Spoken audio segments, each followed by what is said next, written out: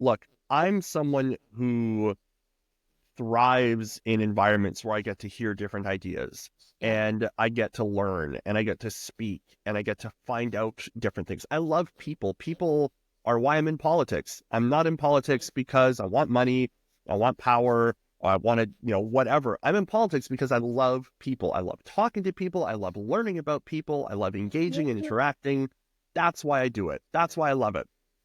And so to be in a place where it's bad or it's seen as negative to change your perspective or to change your ideas or even be convinced that a position you held is wrong Yeah. only results in a closed-minded vacuum where everybody just kind of agrees with everybody. And then why do anything at all at that point? Like we're just lemmings, Yeah. right? All marching off of the cliff of our own design.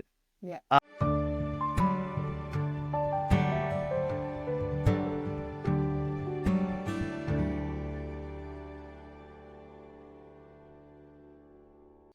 Welcome, welcome, welcome, everyone, to another episode of Dialogue Over Division. And as always, I'm excited, but I'm really excited to have Ryan Painter. We've already had a great conversation offline, and I'm excited to talk about his history, how he came to where he is today.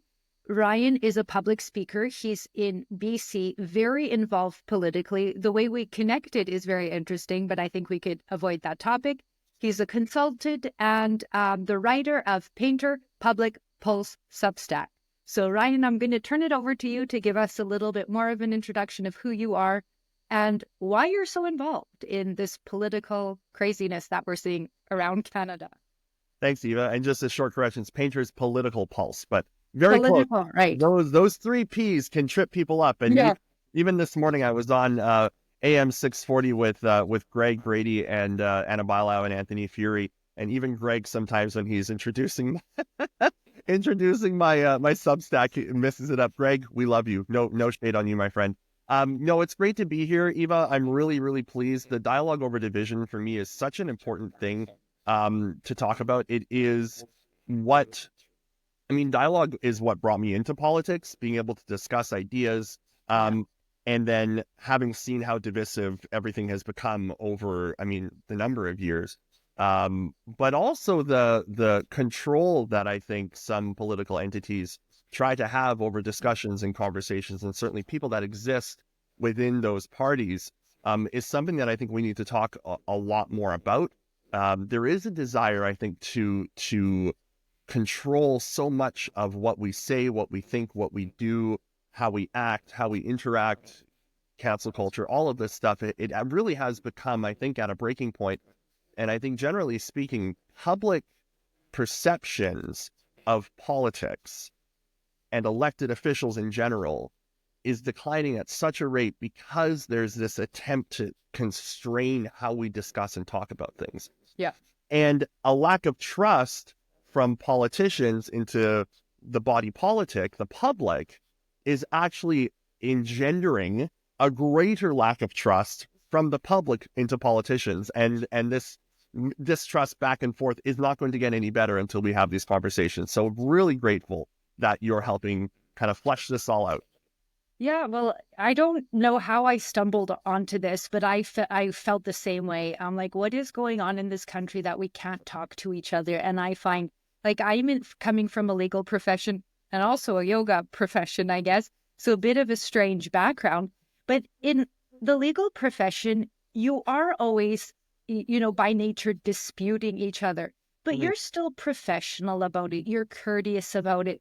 And I found that went away in Canada. And I had an opportunity to travel around the whole world. And I saw people engaged in discussions. And here it's more like you can't say anything. You can't do anything. You just like abide. So it was just a strange feeling. And I thought, let's just try to have conversations. So I'm happy to be doing it. And so we got a bit of your background, but I'd really like to talk about your history because many people don't know. I'd probably relate to you a lot more in your history than anyone else that I've talked to so far. So, because I'm very open-minded, I like to learn and I don't mind changing my opinions as things go. So maybe if you could tell us some of your background of what your political journey was like. Oh, this is a long story, Eva. I know it I'm was going to try to give great. the abridged version. I'm kind of pseudo writing a book on this right now, and it's funny. Writing a book really makes you have to think about how you communicate things to a reader. It's so much different than being on a podcast or even being on a radio show and just being able to kind of freestyle things a bit more. You have to really focus, okay, how do I structure this story in a way that is going to pull people in? So really quick, I was born with something called a bilateral cleft lip and palate, which resulted in me requiring all kinds of facial reconstructive surgeries. I had a lisp, a speech impediment. I was bullied brutally because of it. And that really, I think, engendered in me a deep empathy at a really, really young age for people who struggled, who perhaps lived on the margins or who just, weren't getting by. And that kind of had me do a lot of volunteering growing up, a lot of helping out local charities, different things like that. And I finally kind of found my political home with the NDP when Jack Layton was elected leader of the NDP back in January of 2023, or sorry, 2003. And from that point, I found myself really involved and engaged in kind of NDP leftist politics. Now, I was, kind of your stereotypical blue collarist leftist for a long time. I guess I would kind of still consider myself maybe maybe a red Tory blue collar centrist. It's really difficult to kind of categorize sometimes, and I think even categorizations are tricky. But what I Yes. would say is, growing up, it really was clear to me that supporting workers and ensuring that workers have what they need, not just to survive, but thrive and live good lives so they can put back into the economy what they get, is a good thing. And that, however we can do that is a country that's well served. So that was really the impetus for me getting involved. Listening to Jack Layton speak kind of said everything that a 19-year-old, 18, 19-year-old could want to hear at that time. So it was ideal for me.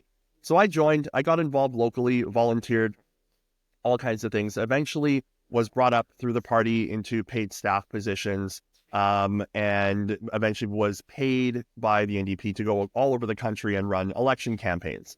I've been in Nova Scotia. Actually, probably one of my very favorite campaigns was with the Black Nova Scotian community in Preston, Nova Scotia. It was an excellent experience working with them and being amongst that community for 5-6 weeks. Then in Mississauga with more kind of the Muslim community, again, which was a fantastic opportunity for me to, BC's north, the island, the interior of British Columbia. Great experiences, great people. The campaigns were never an issue. I think what eventually started to really grate on me was the expectation that because I am a member of the NDP, and certainly because I'm someone who's paid by the party to do certain things, that I must adhere and abide by every single stricture of policy that is either voted on by the membership or that the party leader, premier, whoever it's going to be, puts forward. And that was really difficult for me as a guy who grew up with a speech impediment, with a lisp, who was, had trouble speaking, who was bullied. Speech is really important for me. Being able to articulate my thoughts, being able to debate and to discuss and to dialogue was important. And I think the longer I spent in the NDP, the more I felt like I was losing that voice that I had worked so hard over so many years to build up, right? My voice is my strength. And I was losing that. And so I think eventually over time, I felt I couldn't stay in a party that not only didn't want me to speak my mind, but if I held certain views, held certain opinions, and especially, and this is going to upset some people, but as a tall, blonde-haired, blue-eyed white guy, I'm really no longer allowed to have perceptions or opinions. I just need to sit down and shut up. That was not a go for me. I'm sorry. That's just that didn't fly. So I left the party. I'm now working on working to help support the BC Conservatives in the upcoming election here in British Columbia, and I'll definitely do what I can to help the federal Conservatives too. Doesn't mean that I'm going to agree with everything that they both say, but I'll tell you something really interesting, Eva. My time, and it's been limited, but my time in both of these parties has shown me that they are much bigger tents than I think anyone really understands who's in politics. There are social conservatives, fiscal conservatives, Yeah. libertarian conservatives, centrists, red Tories, like there's such a big, wide group of people in this movement that I actually feel really welcomed, Yeah. which I didn't feel in when I was in the NDP. Oh my gosh, so much to talk about here. Funny, I prefaced it by saying we have more of a similar history than probably many would know. And then I didn't know the bullying and the difficulty with your speech was that severe. I was incredibly shy as a kid as well and Mm-hmm. bullied as well. And I didn't really connect the two until you started speaking. I'm like, maybe that's why I feel compelled to speak more now as well, Mm-hmm. because I feel that I have that ability or opportunity now, and I didn't before. So very interesting on that point. Mm-hmm. I took down a few notes here. You were talking also about labels, and that you started with it earlier. And I very much agree with you on that point. And I think that we're really doing a disservice to Canadians, to people in general, when we continue to label them. And you said that earlier, I had it noted, and then you brought it up again with how large the tent is conservative in the conservative groups you're involved in. Mm-hmm. But you said it earlier that you weren't even sure where to put yourself. And I find this is like these categories that we've created. I don't even know if we know what we're talking about sometimes anymore. Like that's where I think we are right now. And I've had a few people on the podcast and I'm like, what does conservative mean to you? And the same question would apply. What does liberal mean to you? And I'm finding that their responses are very different. So maybe we could talk about those labels a little bit and what it is you mean when you're saying to in the conservative groups, there's a big tent with all these different labels, because to be perfectly honest, I don't know about all of those names. Um, I don't like any of them. I just want to be Eva, and this is how I feel, and this is my opinion. And people tend to want to label me, and I don't really appreciate that. So maybe we could talk about that a little bit more. Yeah, I mean, look, as a species, we love to categorize because it makes things easier for us. Our brain is programmed from evolutionary times to categorize things. And so it makes sense that to make things easier for us, we categorize things into different labels. So for example, if we were out foraging in the field for mushrooms, well, experience from that time would tell us these mushrooms are bad, don't eat them. These mushrooms are good, we can eat these. And that's how we've survived so Right. long, is through categorization. But it also has us form groups. And within the political context, you align yourself with people who feel more like you, maybe not 100%, but who kind of espouse more of those beliefs that you do. In terms of labeling, it is really interesting because folks here in Victoria, where I am, certainly like to label themselves as progressive. But I've had this conversation with folks here for the last 3 or 4 years. What does progressive actually, Yeah. like when you say progressive, what is that? Because I understand if someone says, I'm conservative. Okay, I think I generally know what that means. And I'm a social democrat. Okay, I generally know what that means. But if you say I'm progressive, okay, but progressive in what way? Like, Yeah. so, is open access to drugs throughout the community, is that a progressive value? I would say not. Is allowing, crack pipe vending machines, is that a progressive value? I would say probably not. Is making housing unattainable, unaffordable, and inaccessible a progressive value? I would say probably not. So, another thing, not being strong in support of Israel, is that a progressive value? Being more in favor of Hamas and all of kind of the Palestinian agitators who are pushing on that issue and on universities and making our streets less safe, is that a progressive value? I would say not. So I think that term is essentially a meaningless term. It's a coded signifier that allows people to kind of group themselves into, well, if you're progressive, you're good, and if you're not progressive, you're bad. So Yeah. I think even within that label is difficult to really get a handle on. In terms of being conservative, for me, what being conservative means is a more kind of a philosophy of freedom, right? And it is more of a philosophy of saying, as someone who sees himself as a conservative, and by the way, I'm much more of a centrist than I am on the right. I'm very kind of a classical liberal in the sense of, minimal kind of state intervention, Yeah. and, safety and providing the necessities, but generally allowing people to live the life that they want to live free from government interference. And And that so, is a classical liberal definition, which I just want to highlight again, because I think a lot of people don't know that definition because I didn't mm, not that long ago. Same with libertarian, which yeah, I think can cross kind of similar. yes. But maybe that one I think is a little bit more complicated at the same time. But it's interesting to how you framed classical liberal Mhm. because we know we have in Canada, at least we have parties that are called liberals, but that definition you provided, it doesn't necessarily define what they're doing. No, I mean the liberals certainly federally, and the liberal brand in and of itself, Canada wide, is certainly faded. Where I think now we only have a few actual liberal parties left. I mean, certainly Mhm. mainstream in Ontario, and then federally, but beyond that, they're essentially non-existent. A little bit in the Maritimes, but I digress.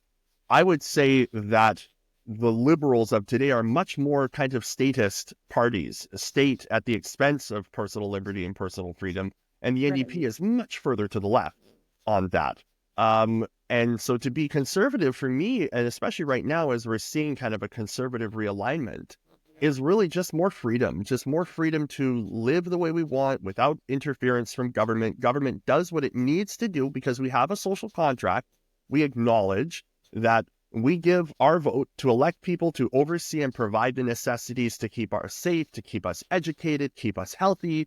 And we have the opportunity to succeed in life in whatever way we see that we can. I'm a big believer in equality of opportunity. Provide everybody the opportunity to attain and achieve what they can in life. But trying to ascribe conditions to people to determine what they will be, I think, is an overreach. And I think that's part of why we're in such a state right now where people feel so divided, Yeah. is because government is attempting to engineer outcomes for the society at large, but also for individuals.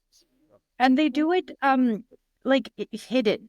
Like the liberals don't come out and say the things you just said, but they certainly do. Um, that's what their policies are like. Well, So they it's could never very say it because nobody would vote for them yeah. if they Well, of said, we're course. trying to engineer outcomes for Canadians. Like, they could never say that. Who knows? That's why I'm focused on education. I'm like, let's talk first, figure things out first. One thing too I wanted to talk about because I think this is so important, and you said it, um, how welcoming you felt when you moved into the conservative type arena. Mhm. And I've heard that from so many people. And one thing when you were talking about what does it mean to be progressive, one thing I've been finding a lot of is isn't the very definition of progressive to be inclusive and welcoming of others? And yet, when you really look at it, they're the ones that are the quickest to shame, disparage, label others, and that doesn't seem very progressive to me. Like maybe they're not aligned with your views for something, but it would be progressive to welcome them and talk to them.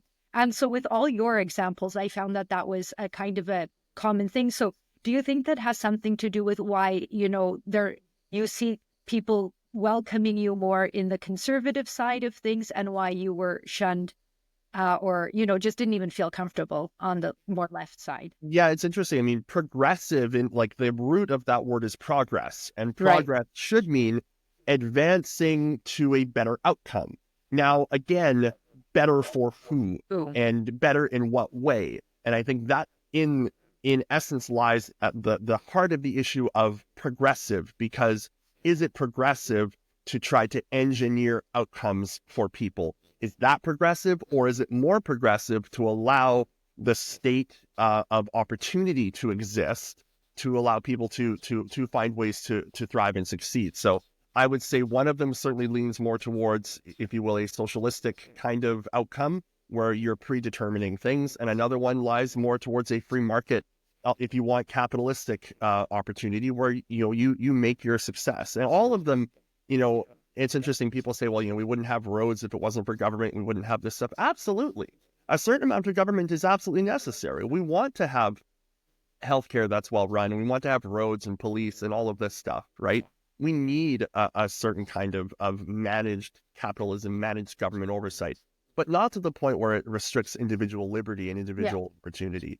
And so for me, just to get to for your point about the Progressive Party, I mean, look, the very first fellow who I talked to when I got involved in and was kind of exploring more more conservative thought processes and alignment was someone who's now a very dear friend of mine who is a gay conservative man.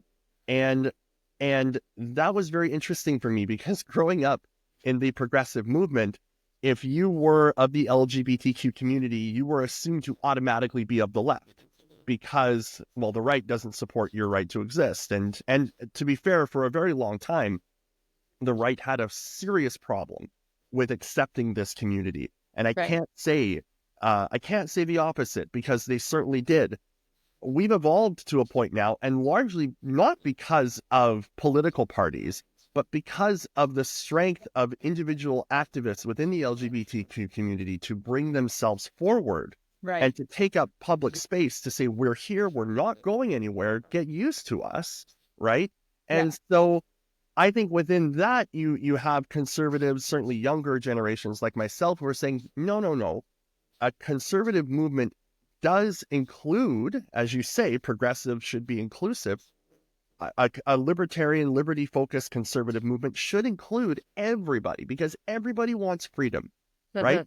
And so, they embraced me. This fellow who I spoke with, disabused me of a lot of thoughts that I had because I really felt like when I left the NDP, I kind of thought, well, my obviously I must be a liberal if I'm not an NDPer because that would be the obvious next step. And I'll admit I joined the Liberals because I just like, well, I've always belonged to a political party. I've always been active, so this is just what I'm going to do. But I very quickly came to see, well, this party is just a party of elites and of Mhm. very, very well-connected people. There is no future for me in this group because, again, much like the NDP, I'm an outsider. I'm not going to get anywhere here. And so I kind of was starting to talk to some other folks in the conservative movement, and I realized just how dynamic, open, accepting it is, how many debates are had within the group. Look, I've been to 4 or 5 different events in the last 2 or 3 months. I've had some very heated discussions about various different things with folks in rooms, right? And we left friends. Yeah. We left being able to say, yeah, you know what, we disagree. Citizens in a democracy. Yeah, yeah.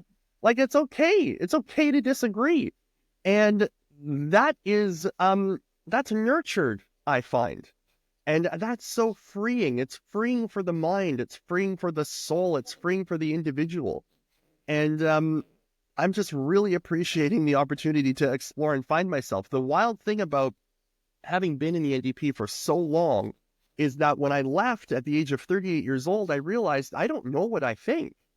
I don't know what I believe because Wow. I've just been parroting what I've been told for 20 some odd years. And Mhm. so now at the age of 38, I'm rediscovering what I believe and what I actually truly think, which was surreal for me. Someone who went to university, who graduated with a degree in political history and in geography and all of this stuff, to only at the age of 38 kind of rediscovering my belief system.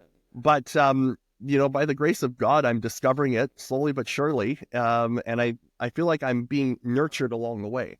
And isn't that exciting too, that journey? It is. It's really exciting because I get to be open to other people's thoughts and ideas, and it can influence me, and maybe I can influence them. And that's Yeah. the other thing, too. In this group, I know that I might be able to break through to someone because they're open minded. I Yeah. never had that in the NDP. Wow. If I talked about advancing nuclear energy, I'm a big proponent of nuclear. Oh, I was shut down all the time, which Wow. is bonkers because nuclear is something that the left should embrace. But It would be progressive? yeah, yeah, exactly. Yeah, well, and that's something we were talking about offline, so maybe we can turn there. It was just we were talking a little bit about how I find that to me it's really sad that people can't embrace when people change their opinions or Hmm. acknowledge mistakes. And we did talk a little bit about the difference between citizens doing it and parties or the leader of a party. And I Well, totally agree on that front, in that we were saying that, if a party is campaigning for 5 years about something and then all of a sudden overnight they're like, just kidding, quick shift here. That I don't agree with, because people are bought into it and then they've been informed about it, I would think, and there's a reason for it. But mhm. I find that and that's one of the reasons too that I started this podcast and I'm doing what I'm doing, because I think that that's such a beautiful part of being a human and living in a dynamic society, is things do change and we do change our opinions. I am not the same person I was 5 years ago, 10 years ago, 20 years ago, and I don't feel I should be ashamed of it. But I Well, feel that that's almost where we're at sometimes. I don't know if you feel the same way, or your thoughts on that. my, you've opened up a can here, Ebba, because with me, look, I'm someone who thrives in environments where I get to hear different ideas Yeah. and I get to learn and I get to speak and I get to find out different things. I love people. People are why I'm in politics. I'm not in politics because I want money, I want power, or I want to, whatever. I'm in politics because I love people. I love talking to people. I love learning about people. I love engaging and interacting. That's why I do it. That's why I love it.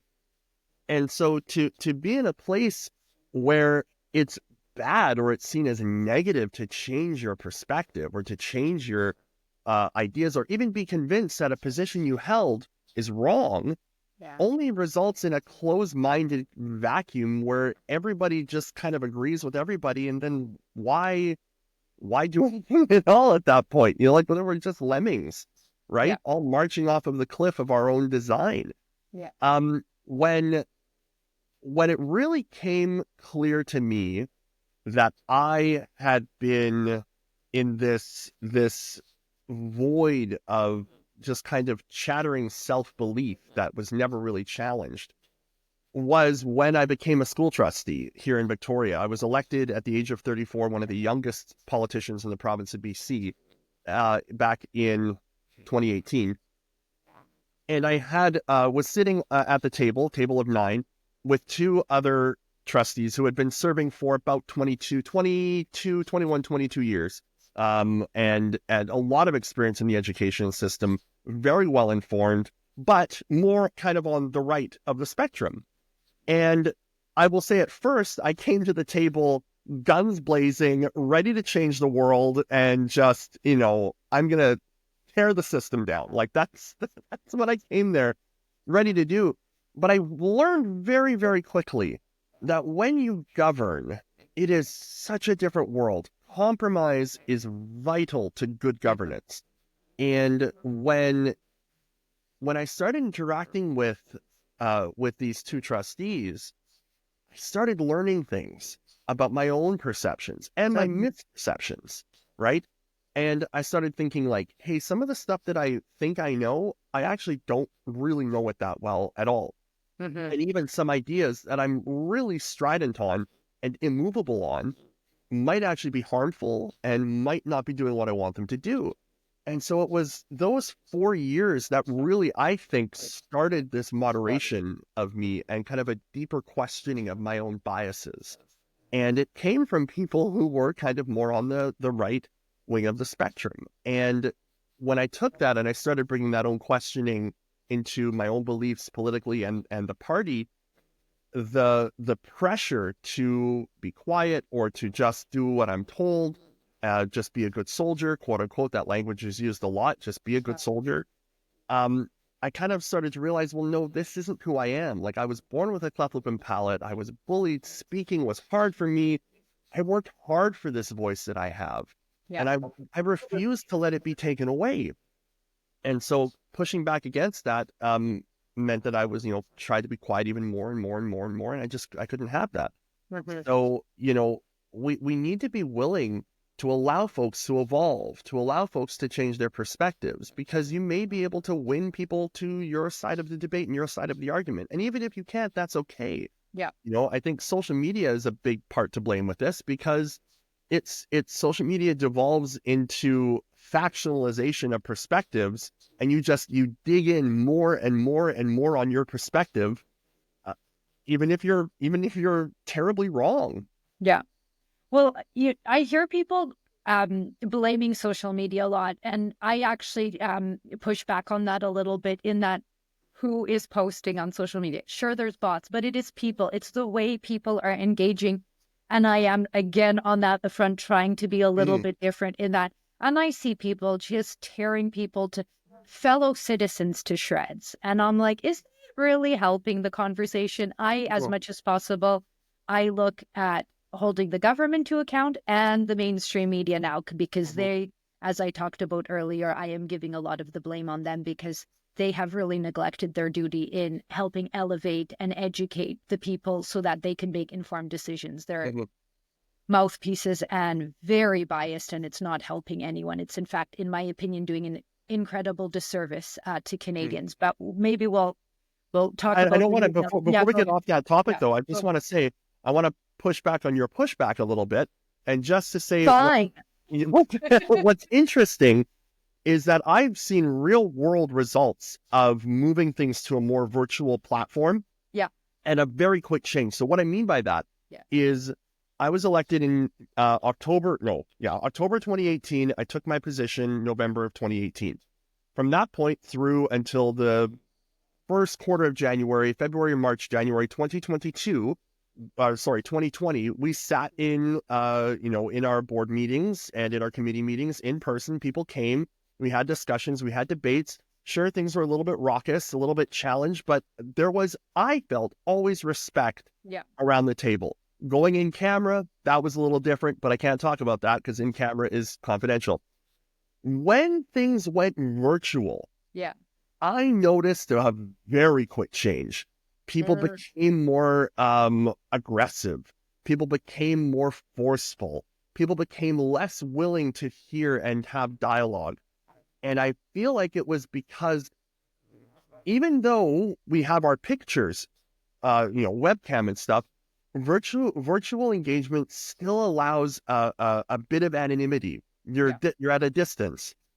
Maybe anonymity isn't the right word, but there's a distance that's created. And when you and me sit down across from each other at a table and we're there in person, there's a different energy. There's a different dynamic in having discussion. Suddenly you take that away, and now I'm at a computer screen somewhere, and you're at a computer screen somewhere. Well, you're not near me. So I now can be a little bit more maybe aggressive, maybe confrontational. And the risk to actually experiencing your energy in response to that is lessened significantly.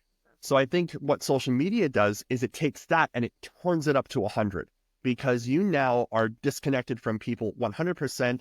You're just on your phone, tweeting away different random, horrible things, and you never, ever probably have to see that person in real life. Yeah. So I do think that social media has a huge part to play, whether it's intended or unintended. And I think, and this may help, it may not, but I think if people were forced to have their real name and their photo there, obviously no other kind of individually, publicly out there ID. You don't want people to know where you live and all that stuff. But if you were forced to have your photo and your real name there, and that can be done because it's done in other apps that people use, I think that would make things better. Yeah. I think having some kind of accountability built into the system would allow people to actually temper themselves a bit. I don't think it would solve the problem because you still have the distance issue.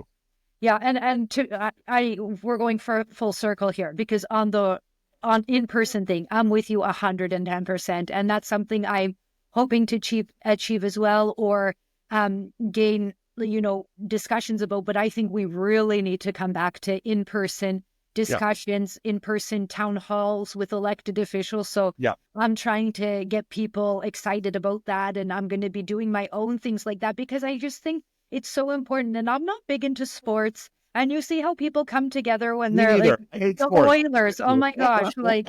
I live in downtown, and I could just hear, I'd be working at night still, and I'd hear like everyone yelling outside. I'm like, I get it. You're excited. And I love it that you're excited. But I'm excited about these political discussions. And so I've been to a few of these, and those are the things I like. I like to hear ideas, people speak, and I think there's a massive opportunity there. And I think that will help the dialogue. Again, I totally agree with you that anonymity is terrible. I Mhm. put my name and face to everything I do. Yep. And for me, I've noticed a few of the people that just say the nastiest things to me sometimes are like men in Edmonton. And I'm like, would you actually say that to me on the Except with street men if in you Edmonton, my gosh. I know. Like there were a few of them always like on me and I'm like, Hmm. listen, it's not cool. You would never do that to me in person. Yeah, it's true. Like It's I true. just don't understand like why you think that's appropriate. Would you like that to happen to your wife or your kids? Like I just don't understand why you think that's okay. But anyway, so There I is an do agree with empowering, there is an, if I can, there yeah, is an empowering thing about distance from somebody and being able to be hurtful because it means you don't ever have to really experience the repercussions of your yeah. actions. And Which for that's me why I would be think it's helpful. crying, not a hit in the face, probably. I would just be like, oh, that's not nice. Yeah. And there's a power dynamic Yeah. there too, because especially if people feel like they've somehow lost some of their power, they're going to try to regain that in whatever way they can. And social media has made it very easy Yeah. to feel empowered. And so I think there's lots of intersections in that. But I think you're totally right that it does kind of perpetuate this aggressive, almost verbal violence, which from what I hear, and I don't know this firsthand, but from what I hear, is especially worse for women online. And you only need to know about women in politics and what they deal with. Yeah. I know it's worse on social media. I can't imagine some of the things that people get. Yeah, it is honestly crazy. And like I said, I was bullied as at junior high, which is probably the worst time to be bullied. And I'm like, I thought I was done that. And Yeah. that's why like it doesn't affect me so much because I just find it incredibly childish and silly. But it just like, is it necessary? And I don't think it is, but I laugh because I wonder if we ever really left high school. yeah. Like, Oh, are we well, still there today? I wonder why we teach people to be polite and respect others when then like kids are doing that in elementary, junior high. There's a bit of, pushing back. And Yeah. then you get into adults and especially into politics. And it's like, let's see how badly I can disparage you and like push you down and cancel you. It's like, what about the stuff we learned in kindergarten? Can we go back to that? Yeah, Maybe we I'll need wait. a refreshing course. Yeah. Yeah, maybe that's the next course I'll be teaching. Now it's like civics and educate. Next, it's going to feel like discipline and how to be polite to others, courtesy. Anyway, so okay, we're having a great chat, obviously. But one thing I'd really like that you said, and it goes to something I've been talking a lot about, is when you started being an elected representative, is you Mm, said you went and guns blazing, and then how quickly you're like, oh, there's more to consider here. And this mhm, is something I have a hard time with right now is I see elected officials are acting as activists, mhm, pushing their own causes and not representatives of the people that they are meant to represent. And what happens? Massive distrust. And mhm, I'm meeting these like lovely ladies, that are freedom minded and supported the convoy, for example. mhm. And then I'm like, did you talk to your elected official? And they're like, no, it's a liberal or an NDP and they don't agree. I'm like, I would love for you as like a 70-year-old lovely lady to go talk to your NDP or liberal representative and be like, look, you're saying that I'm a Nazi. You're saying that I'm a bad person. I should Yeah, probably take that word off because apparently you're not allowed to use this. Um, but an extremist or a racist or all these yeah, disparaging words. And it's like this lovely old elderly lady. yeah. So anyway, is that something is that what you found was happening? And you went in originally kind of like, I have my idea of what I'm doing here, but it's great you realize quickly, like that's probably not my role here. It's really funny that you bring this up because just after I chose not to run again for election in 2022 for several reasons. Number one, I felt that I had accomplished what I came to do, which was to really highlight mental health and to establish a mental health framework. I got that done. I was very happy with that. So I didn't feel like I had anything else really to accomplish. That was my big thing. But what I'll say is when I finished, I talked to a friend of mine about kind of the challenges that I had running. And this friend said to me, activists don't make good politicians. And I said, huh, that's something that's really kind of stuck with me. And it's not because I would say I agree with her to a point, because I think you can learn how to govern well. But if you do like what I did, and you came with a set of ideas of what exactly you're going to accomplish, and you're going to do this come hell or high water, I think that does degrade the process. It degrades governance because you are there to do the work of ensuring governance. I mean, the primary role of governors is to ensure the trust in the institution. And if you can't maintain that trust, then why are you there? Like, if you're only focused on what you want to do yourself and not on maintaining the democratic institution, the historicity of that, then why are you there? So I'll say I absolutely came, and I would say probably for the first 2 or 3 years, I would say 2 years of my 4-year term, I was way too focused on my own kind of activist ideas and activist tendencies. And people would come to me with this idea or that idea. Yeah, I'm going to fight for that. Yeah, I'm going to fight for that. And it's just like, governance is slow, and it's slow by necessity. It's slow so that we can ensure that the decisions that we're making aren't overly disruptive. Because status quo is important. I'm not saying that change isn't good. It is, but change should happen slowly by necessity so that we can roll back if something isn't working, right? And so for me, it was absolutely a case of, I mean, you burn yourself out if you try to please everybody all at once, and if you try to do everything all at once. But I think also that it was a case of realizing that my ideas and preconceptions didn't really make me better at my job. Right. And wanting to just drive ahead with my agenda didn't necessarily make me a better governor. It may have made me a really good politician. I debate that, whether it did or not, but it certainly didn't make me a better governor. Interesting.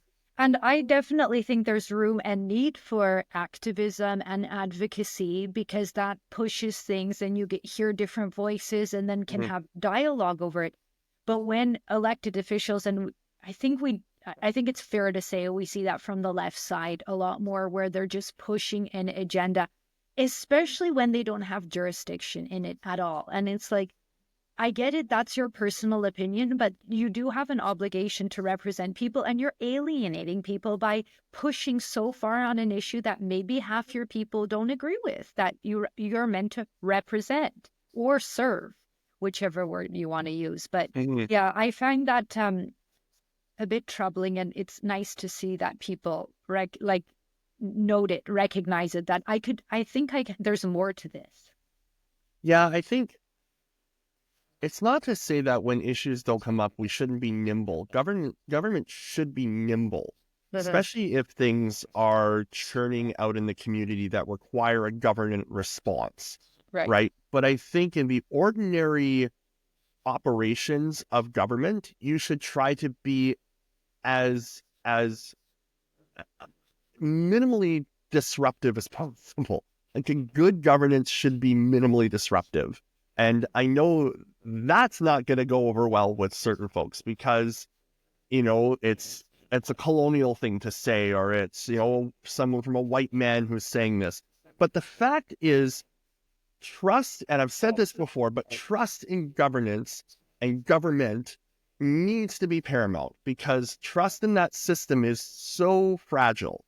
Yeah. And if you race too quickly to change things or to, fracture the system, it actually degenerates the level of trust in governance. And especially if, as the Prime Minister did just during the convoy, is actually calling people Nazis and saying that, people are just left, it's just a few, radical right-wing fringe lunatics. That inflames the situation. That's the Prime Minister of the country calling people that he's been elected to serve radical right-wing lunatics and Nazis. That's not good governance. No, and that, I just want to jump in there. That's the reason I asked that question about when you became so scared, because I was around these people that are like, lovely Canadians that were just frustrated with what was going on. They saw families divided. They were just like, who is in charge here and what is going on? So that it doesn't make sense to me. The disparagement and the constant like attacking one's own citizens, it clearly is causing distrust in the system, and that's not good for anyone. The problem is that I'm not going to say that this is the case with every government, but unfortunately, politicians these days seem to only exist to perpetuate their own careers and not to serve the people. Yeah. And we've seen this in British Columbia, where you have a premier who is willing to change and flip-flop on positions that have been long held for many, many years. And suddenly they're changing days before an election starts.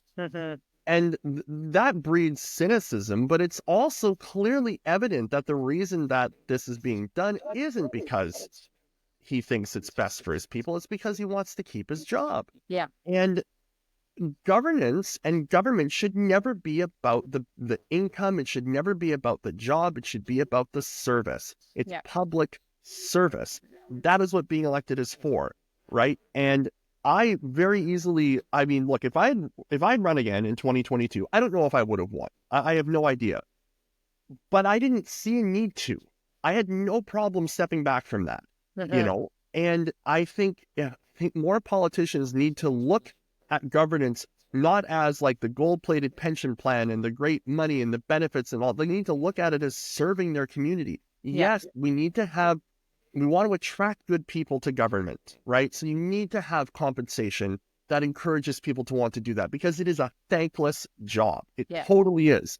However, it should not be a lifetime job. It should not be something that you do forever. It should be something that you do to serve your community and then pass it on to the next person that, you step back, right? Now, again, I'm not going to say that that's ubiquitous for everybody. Everyone is different, right? And I would be undercutting my own argument if I said everybody was the same. But in my experience, certainly in the left, I've seen a lot of careerist politicians who seem to just be there to get a paycheck. And that's a problem. Yeah, I very much agree with you on all those points, especially it being a thankless job. And then it's like, how do we game the system because we are not getting paid enough and having a thankless job? But there's so much more I think we could do if we talked about it too. Nobody wants to talk about it, so we just kind of ignore the problem. And that's a very Canadian way to do it. Oh my gosh. So I had a conversation with a friend of mine a couple days ago about just this exact thing, how Canadians approach politics. And I was just like, we're casually disinterested. Like, it's just like, it'll be what it'll be. And it's just like, no, like we need to. So when we were having the Kamala Harris Donald Trump debate that happened last week, I lamented because I saw so many of my colleagues and my friends and other folks I'm associated with on Twitter tweeting about the debate.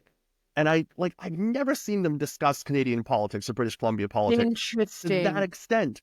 And I was like, I wish we could be as interested in the politics that most directly impacts us. Yes, American politics is going to impact us, but not as much, in my opinion, as local politics, provincial politics, and federal politics. And yet we're less in that order. Yeah, in exactly. that order. In that, I didn't even mean to put it in that order, but it is in that order. But it is. Yeah, I say it as much as I can. Well, one of the things I don't say as often, but I'm trying to make politics sexy. So that we have this. Good luck with that, Emma. I don't know if you. Come on, Ryan. You could do it. We'll do it together. But cool, something we want to talk about because casually disinterested, we can't keep doing that anymore. So just let's talk about it. This is important. So let's make it fun. Let's make it interesting. Make and it I know I've gotten pushback on it. So we'll see. I'm trying. I'm an optimist. There's a couple really good digital creators out there in Canada who are actually making politics, I think, really interesting and fun. They're doing new things with it. They're taking their phones with them. They're going to community meetings. They're putting up little snippets and things. And I don't know, there's probably technical terminology and I'm an elder millennial, so I'm probably not getting it right. But, it does look interesting and it does look fun. And that is the way that you can actually use social media to effectively make something a little bit more vibrant. Yeah, interesting. I wanted to touch on again, you said governance should move slowly. And when you said that, I was like, I don't know how I feel about that. But then when you talked about it more, I saw where you were coming from and do agree with you more. And where I think you can assist your argument with the pushback is that doesn't mean that individuals can't move faster. Mm-hmm.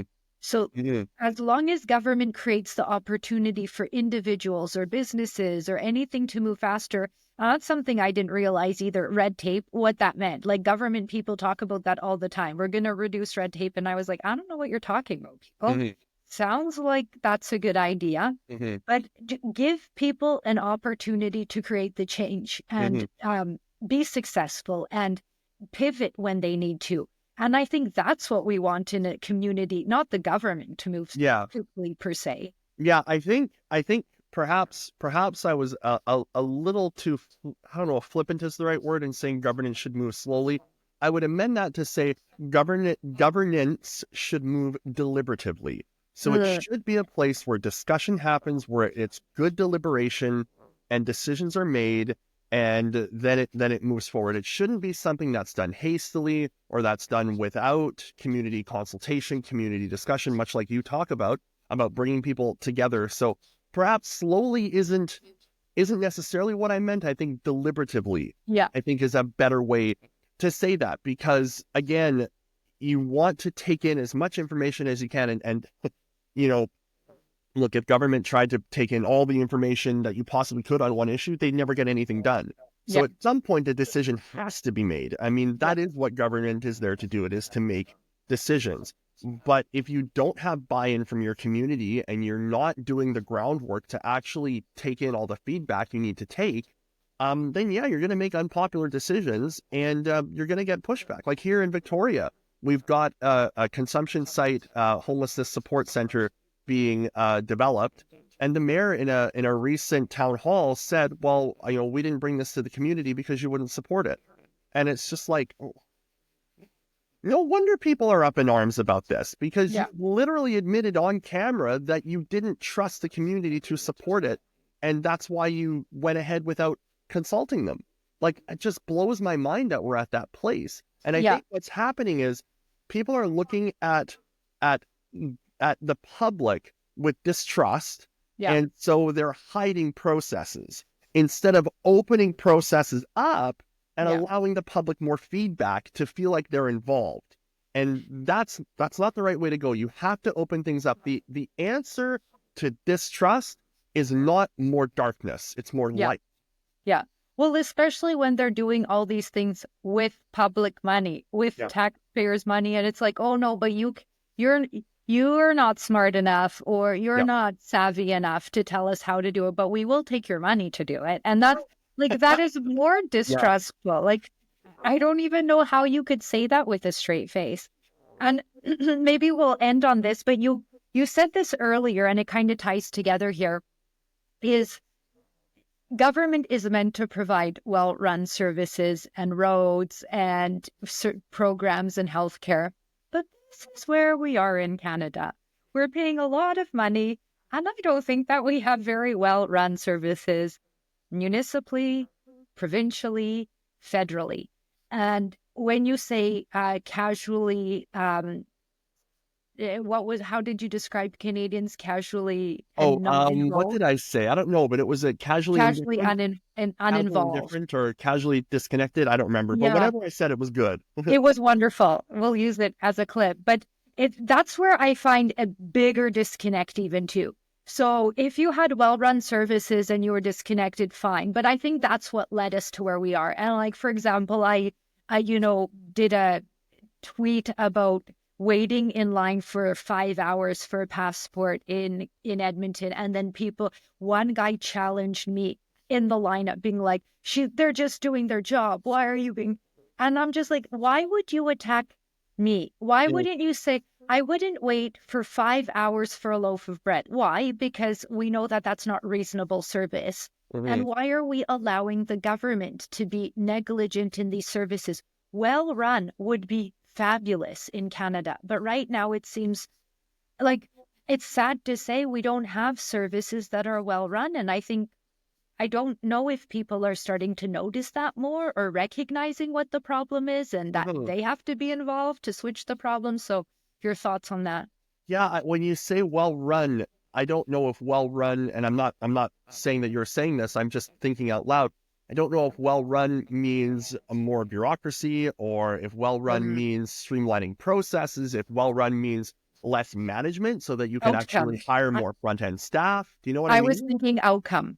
Right, right. Well, and getting to those outcomes, right? I mean, Yeah. when I think about that, I think about the healthcare system in BC and how overmanaged it is. We have a system right now where in some places in BC's north, ERs are closed almost every weekend.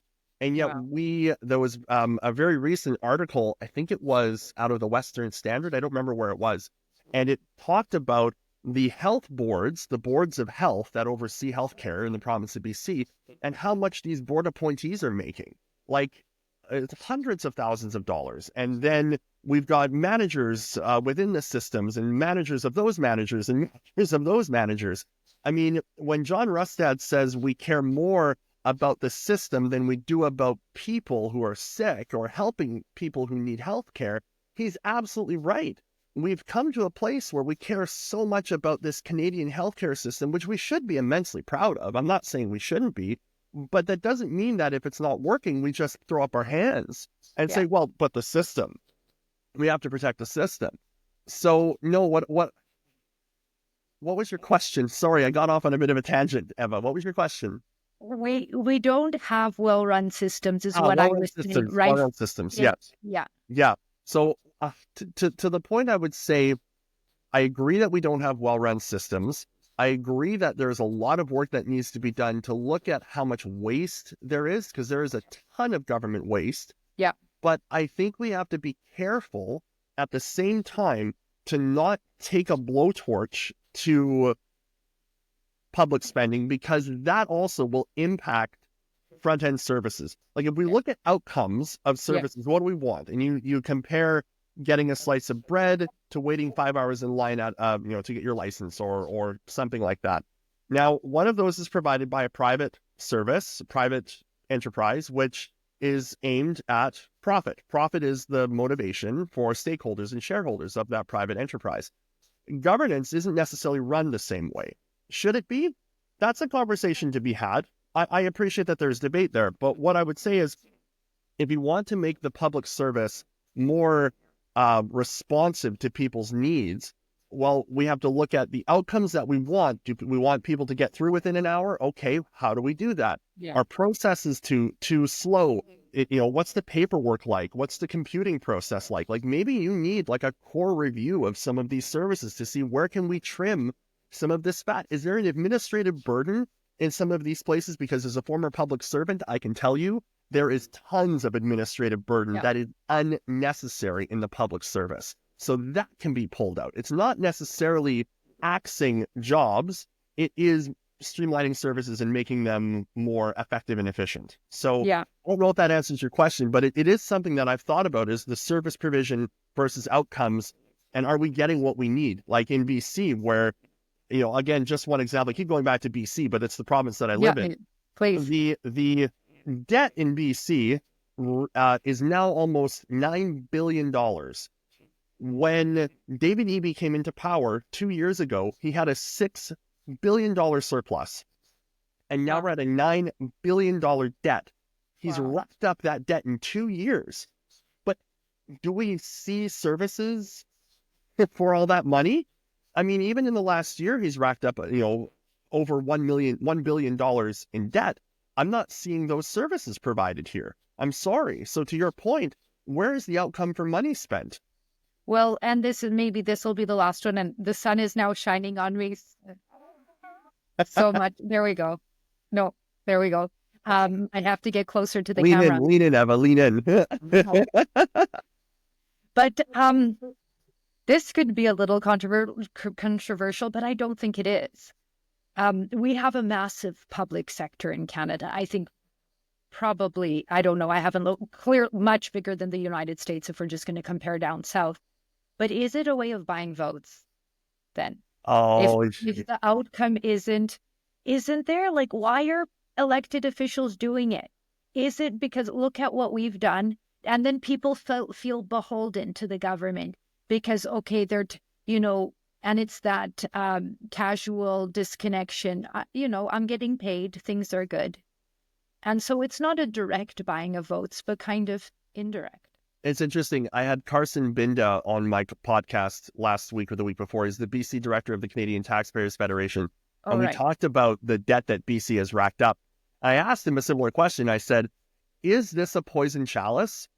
Is the government racking up debt so that in the event that they lose, the next government is going to have to spend the first few years slashing and burning like crazy, which makes them look really bad?